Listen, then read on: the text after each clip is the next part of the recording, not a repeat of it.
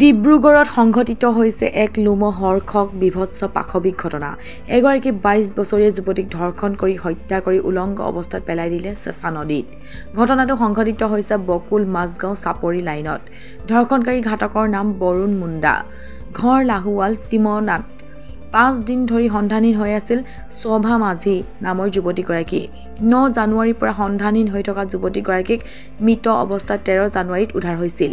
স্থানীয় ৰাইজে নদীত উপঙি থকা অৱস্থাত উদ্ধাৰ কৰে। যুৱতীগৰাকী শৰীৰত আঘাতৰ চিন স্পষ্ট। পলাতক ঘাতক ধৰ্ষণকাৰী বৰুণ মুৰা। প্ৰেমজনিত সম্পৰ্ক আছিল দুয়োৰে মাজত। ফোন কৰিছিলে ল'ৰাটোৱে মাতিছে, ল'ৰাটো কৈছে যে মতা নাই বুলি, আৰু সি মতামতে ওলাই গৈছে। কেতিয়া ঘটনাটো? 4টা বজাত 9 তাৰিখে। তাৰপিছত বাই ওলাই গ'ল, তাৰপিছত পোৱা নাই। তাৰপিছত মই চবকে ঘৰত জনালো। আগত কেনেকুৱা প্ৰেমজনিত সম্পৰ্ক আছিল? ভাল পোৱা আছিলে, তাৰ ভাল পোৱাই আছিল। বৰুণ মুৰা। আচ্ছা, সি এনেকুৱা ধৰণৰ ঘটনা কৰিব পাৰে নেকি? তোমালোকে হত্যা সেইটো কৈছা?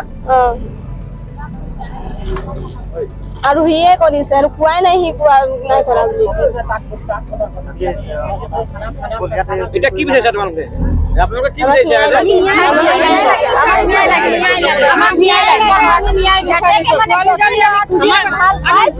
ছোৱালী